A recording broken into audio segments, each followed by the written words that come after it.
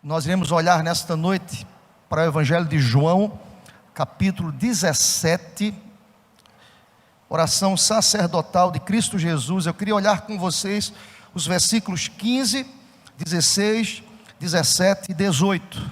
Evangelho de João, capítulo 17, versículos 15, 16, 17 e 18.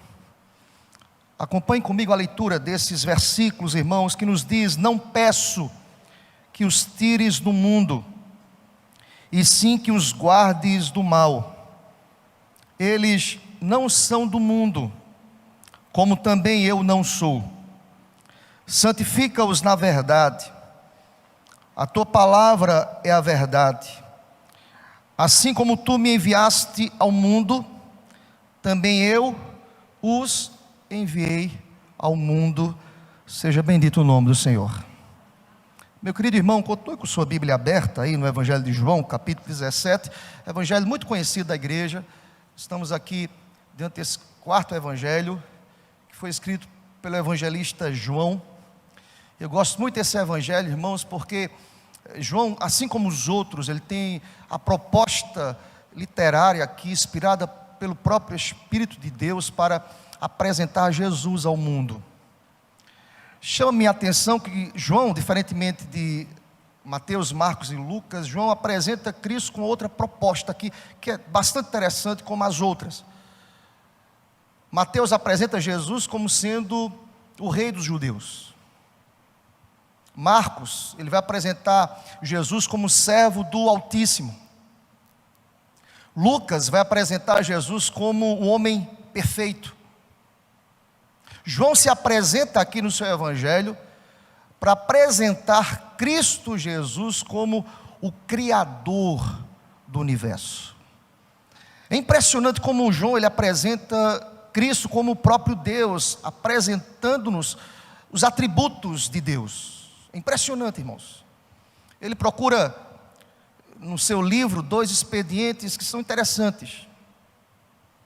Ele apresenta de maneira muito clara, no convívio de Cristo com seus discípulos, primeiro os seus atributos.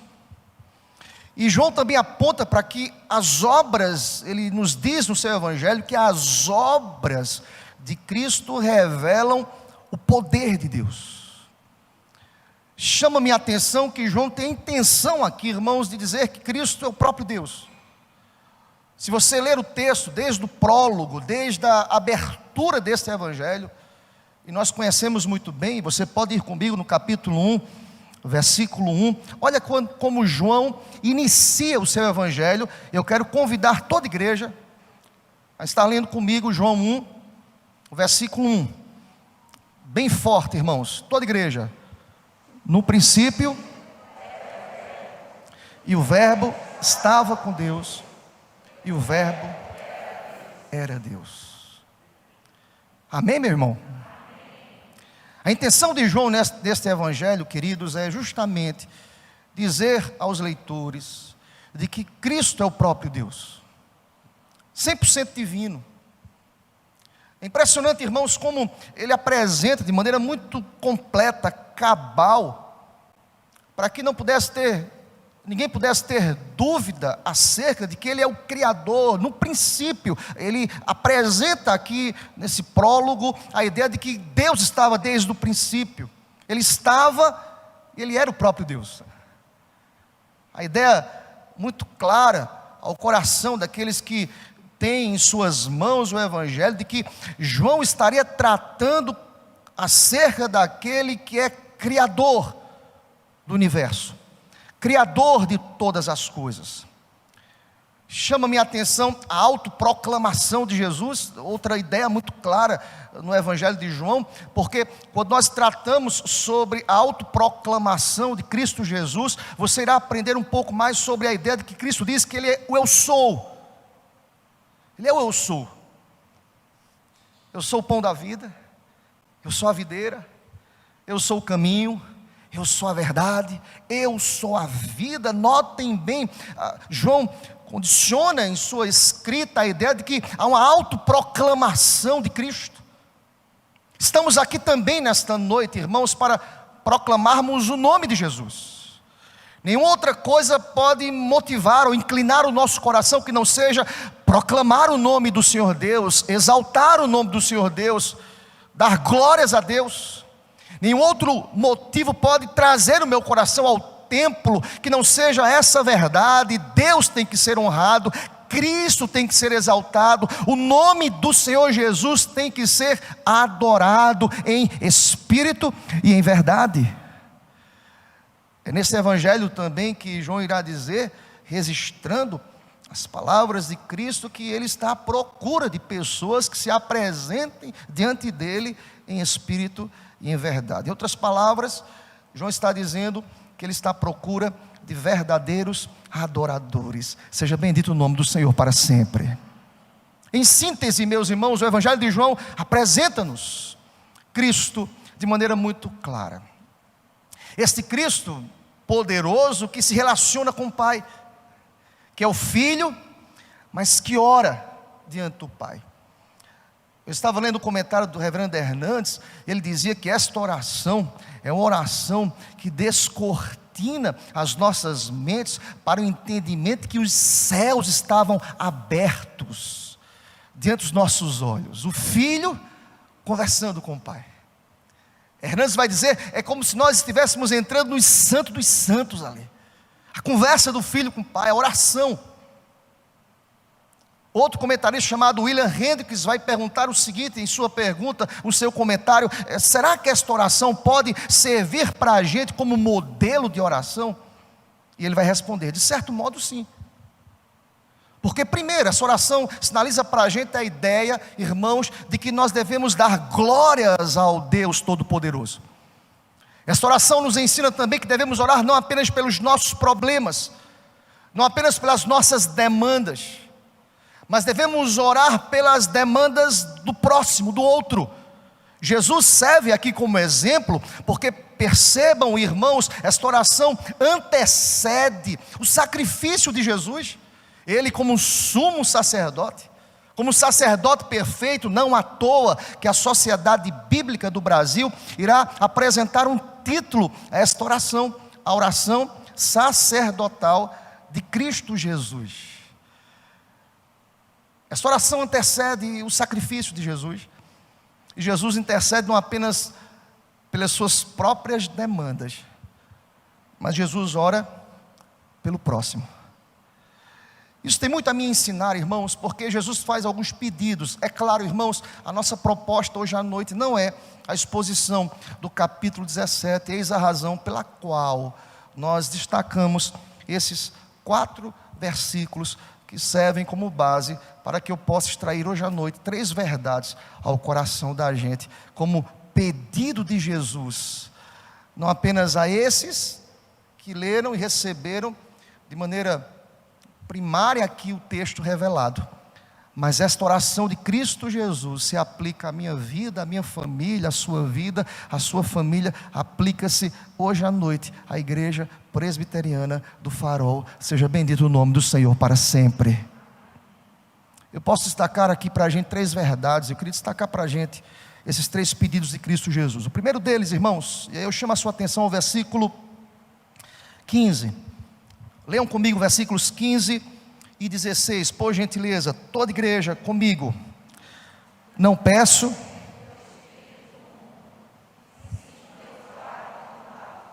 eles, como também, 3 pedidos de Jesus. O primeiro deles, irmãos, Jesus pede ao Pai para protegê-los. Eu quero dizer para você hoje à noite, antes que eu peça pelos meus filhos e a minha esposa como sacerdote, antes que eu clame a Deus pela igreja como pastor, antes que eu clame pela sua vida como integrante ávido do mesmo caminho, Jesus pediu ao Pai para que Ele pudesse nos proteger. Seja bendito o nome do Senhor. Nós estamos debaixo desta proteção.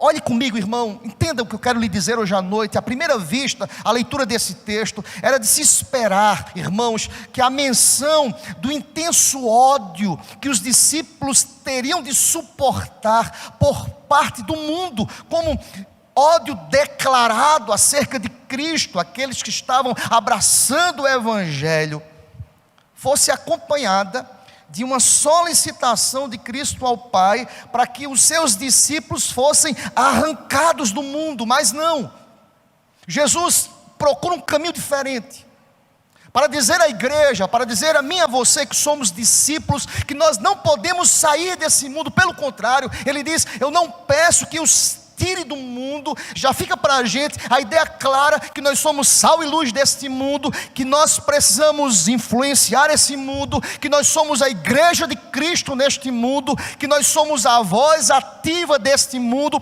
E Jesus deixa isso muito claro quando Ele diz: eu não peço, Pai, que o Senhor os tire do mundo, mas eu peço algo para o Senhor, Pai, ao Deus Pai, é que o Senhor os livre de todo o mal. Glória a Deus por isso. Olha aqui para mim, querido. Eu estou aqui hoje à noite para lhe dizer que o sumo sacerdote, antes mesmo de você pensar em clamar por proteção, ele já havia clamado por mim e por você, dizendo: Deus, livra-os do mal. Estamos protegidos por Deus, estamos guardados pelo Senhor. Em outras palavras, o que Jesus pede ao Pai é o seguinte: Pai, a minha solicitação é que o Senhor os guarde do maligno, do mal, dos discípulos do mal. Eu peço, Senhor Deus, que o Senhor os proteja, que o Senhor os livre, que o Senhor acompanhe, que o Senhor abençoe, que o Senhor derrame misericórdia, que o Senhor possa estar à frente. Presta atenção, irmãos, mesmo diante dessa desordem do mundo, nós estamos protegidos e guardados por aquele que é o guarda fiel de Israel, aquele que não falha. Aleluia. Deixa-me dizer uma coisa: a tua casa está protegida por Deus. Creia nisso em nome de Jesus. O pedido do sumo sacerdote, o sacerdote perfeito, da oração sacerdotal é essa: livra-os, Senhor. Há um comentarista chamado William MacDonald. Ele comenta esse texto, esse versículo 15, especificamente, pontualmente, essa ideia aí de que Deus deveria livrar os seus discípulos do mal. Ele diz: Jesus não disse nenhuma palavra contra seus discípulos. Jesus não fez nenhuma referência à queda ou fracasso dos seus discípulos. Jesus foca a sua oração no eterno propósito do Pai, na vida dos discípulos, na sua relação com eles.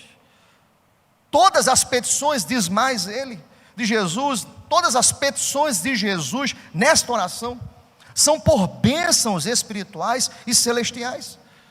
Agora chama a sua atenção, diz ele em seu comentário: Jesus não pede aos seus discípulos riquezas.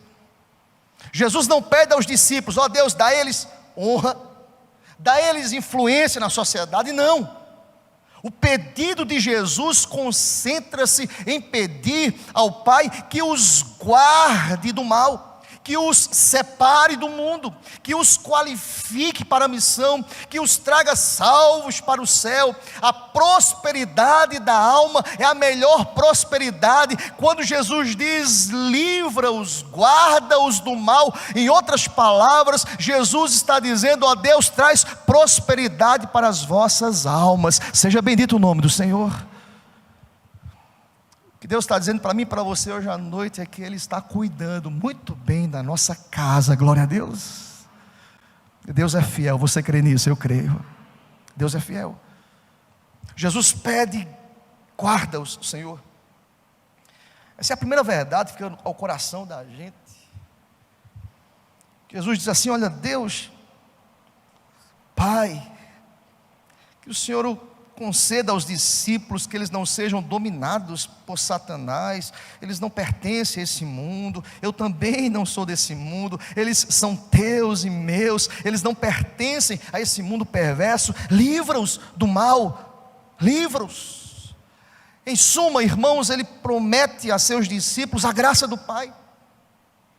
O que esse pedido nos revela é que Cristo não está nos poupando das ansiedades da vida, das dificuldades da vida, mas o que esse texto nos diz é que Deus é poderoso para munir as nossas almas contra as adversidades, as aflições, as angústias, as dores, os pavores, de tal forma que ele terminou o capítulo 16, o João 16, versículo 33, dizendo, olha comigo, capítulo 16, versículo 33, estas coisas vos tenho dito para que tenhais paz em mim. No mundo passais por aflições, mas tenha coragem, tenha bom ânimo. Jesus diz, eu venci o mundo, aleluia. O primeiro pedido aqui de Cristo ao Pai é o seguinte: Pai, protege-os do mal, protege-os do mundo. Ele é aquele Deus poderoso que nos guarda na entrada, na saída. Ele está conosco, Ele está tomando conta das nossas casas, das nossas famílias. Será extremamente equivocado o meu pensamento quando eu trago para mim essa autoproteção. Não, irmãos, é Deus que nos protege. Estamos saindo de uma pandemia terrível. Alguns prognósticos aí, será que volta, será que não volta, será que terá de novo lockdown, será que tem um outro vírus? Quantas perguntas, quantos questionamentos. Eu estou aqui para lhe dizer que o nosso Senhor, o sumo sacerdote, fez um pedido, e eu creio que Deus tem cumprido a sua graça e a sua misericórdia sobre nós. Os nossos dias estão contados e determinados por Deus, aleluia. Ele nos guarda. Olha aqui para mim, querido, Deus tem protegido a sua casa, não esqueça disso em nome do Senhor. Deus está no controle da sua casa. Lembram os primogênitos do Egito? Todos eles que tiveram os seus umbrais marcados pelo sangue do sacrifício do cordeiro, essas casas foram poupadas. Em outras palavras, qual o ensino que nós temos ali, pontualmente para livrá-los da morte? Mas presta atenção, nós já fomos libertos da morte eterna, porque hoje Cristo vive no nosso coração, porque nós fomos selados do Espírito Santo. E João diz, ainda que os discípulos morram, quem crê em Cristo Jesus como Deus e o Senhor de suas vidas, jamais morrerão, estarão gozando da presença celestial de Cristo Jesus, aleluia. O primeiro pedido de Jesus aqui ao Pai é: Jesus, Pai, Deus Pai, livra-os do mal. Há um segundo pedido, eu encontro esse segundo pedido no versículo 17. Irmãos, há uma lógica do texto. Primeiro, note comigo, não peço que os tire do mundo, mas que os livre do mal. Há uma ideia aqui muito clara de que eu não irei lograr êxito contra as investidas do maligno, do inimigo, da carne, com a minha própria força. O que é que traz o sustentáculo, a força para reagirmos às investidas de Satanás, já que a lógica do texto, eu não vou sair do mundo, eu estou no mundo, eu me relaciono com o mundo, eu caminho com o mundo, eu estou ali não pactuando com o mundo, mas vivendo as agruras, as ideias propostas no mundo, dizendo não, reagindo, dizendo não à tentativa do inimigo, fugindo do pecado. Eu não posso vencer o mundo com as minhas próprias forças. Qual é a lógica? Há um segundo pedido aqui. Ele vai dizer, Jesus pede ao Pai para mantê-los separados do mundo através da santificação. Leiam comigo, irmãos, o versículo 17 deste capítulo 17. Toda igreja, bem forte, irmãos: santifica-os na verdade, a tua palavra. Mais uma vez, irmãos, santifica-os. Eu penso, irmãos, que aqui está o lado positivo da solicitação de Cristo aqui, dizendo a essa igreja: vocês precisam consagrar a vida. É claro, nós não somos do mundo, nós não seremos arrancados do mundo, vocês serão libertos todos os dias das tentativas do mal, mas isso só acontece quando a palavra de fato for o centro do coração de cada um dos discípulos. Eu preciso santificar, não na mentira, não na proposta do mundo, mas naquilo que foi revelado de maneira especial. Seja bendito o Senhor, santifica-os na palavra, Senhor. O pedido de Cristo aqui, irmãos, é muito claro aqui no texto, é que eu preciso ter o meu coração escravizado pela palavra. O segundo pedido diz respeito a me manter separado do mundo, através da santificação. É interessante que a palavra, aqui no original, o adjetivo santo, lá do versículo 11, só para que você possa ter uma ideia, volta aí para o versículo 11, ele usa aqui o adjetivo, olha lá no verso 11, lá no finalzinho, metade do versículo 11 diz: Pai Santo, guarda-os em teu nome. Pai Santo, guarda-os em teu nome. E aqui no versículo 17, ele usa o verbo santificar, mas a palavra santo, o adjetivo santo e o verbo santificar são derivados da mesma raiz. E nós podemos combinar e fazer aqui um paralelo, uma ligação da expressão do verso 11 ao verso 17, traduzindo da seguinte forma: Pai Santo, tu és santo. Santifica-os, torna-os santos na palavra, na verdade, transforma-os conforme a tua palavra. Não existe processo de santificação sem a palavra, irmãos, sem a ação de Deus, sem ouvir a voz de Deus, sem entender o que diz a palavra. Por isso que Jesus pede de maneira expressa aqui, dizendo: Pai, santifica-os na verdade, pois a tua palavra é a verdade. Glória a Deus por isso. Olha aqui para mim, irmão.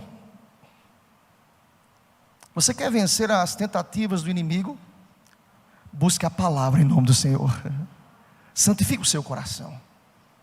Eu só posso vencer as tentativas do inimigo se de fato eu buscar a Deus, ler a palavra, ouvir a voz de Deus através da palavra. E aqui, irmãos, está muito nítido ao coração da gente essa ideia de santificação.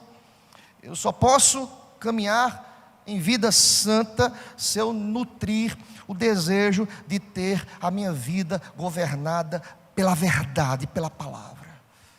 Eu tenho que ter a palavra governando, eu tenho que manter um padrão elevado de vida, de doutrina, de teoria e de prática. É a verdade encarnada em Cristo aqui, é a verdade revelada pelo próprio Senhor de maneira especial, é a verdade que é a fonte de todas as coisas. Em outras palavras, Deus está dizendo para mim e para você nesta noite, é a palavra que precisa conduzir o nosso comportamento, a nossa ética, a nossa moral, as nossas ações e reações. É ouvindo os lábios de Deus através da palavra, porque eu creio que todas as vezes que eu abro a palavra, Deus resolve falar comigo.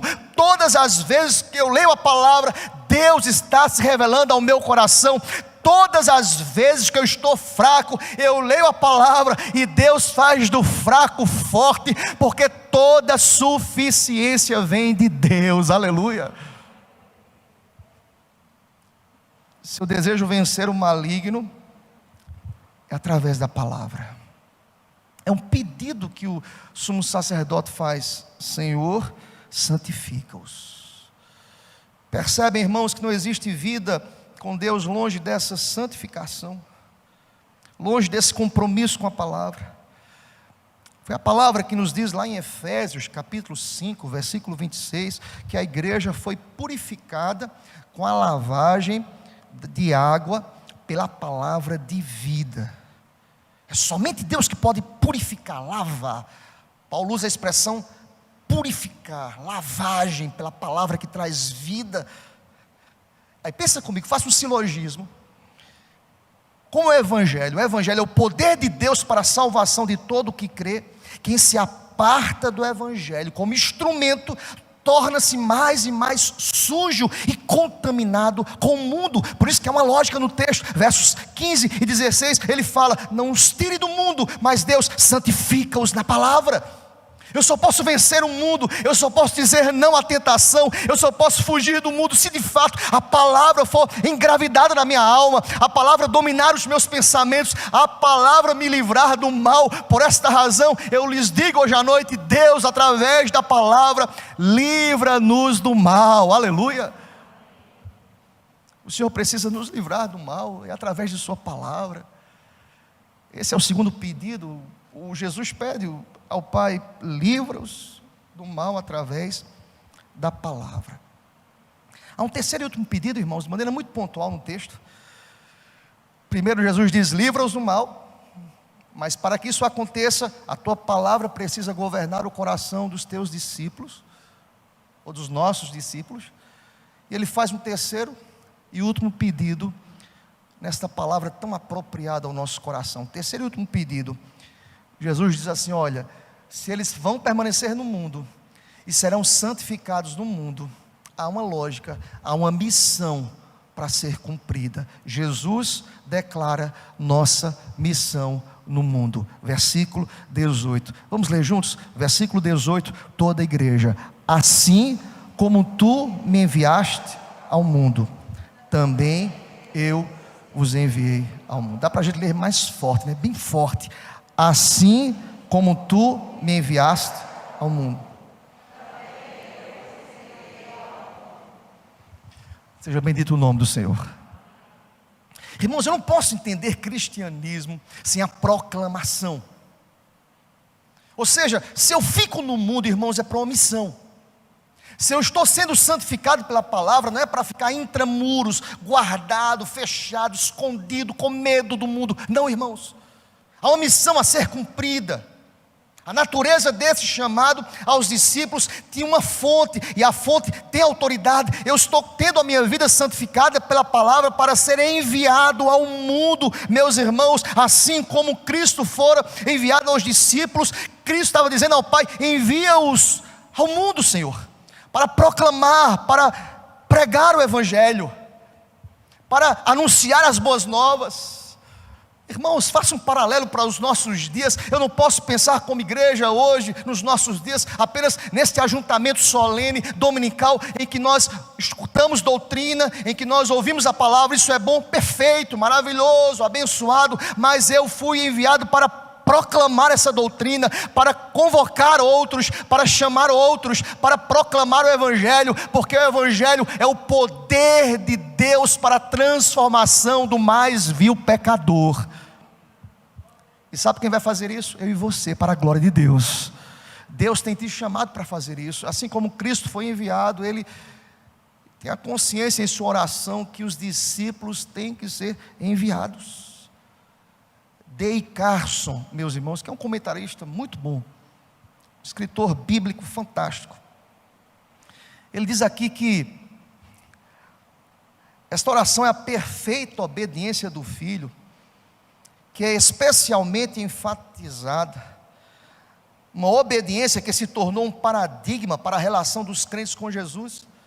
Pensem comigo, como ele escreve aqui: Jesus foi enviado por seu Pai ao mundo, por meio da encarnação, com o objetivo de salvar o mundo.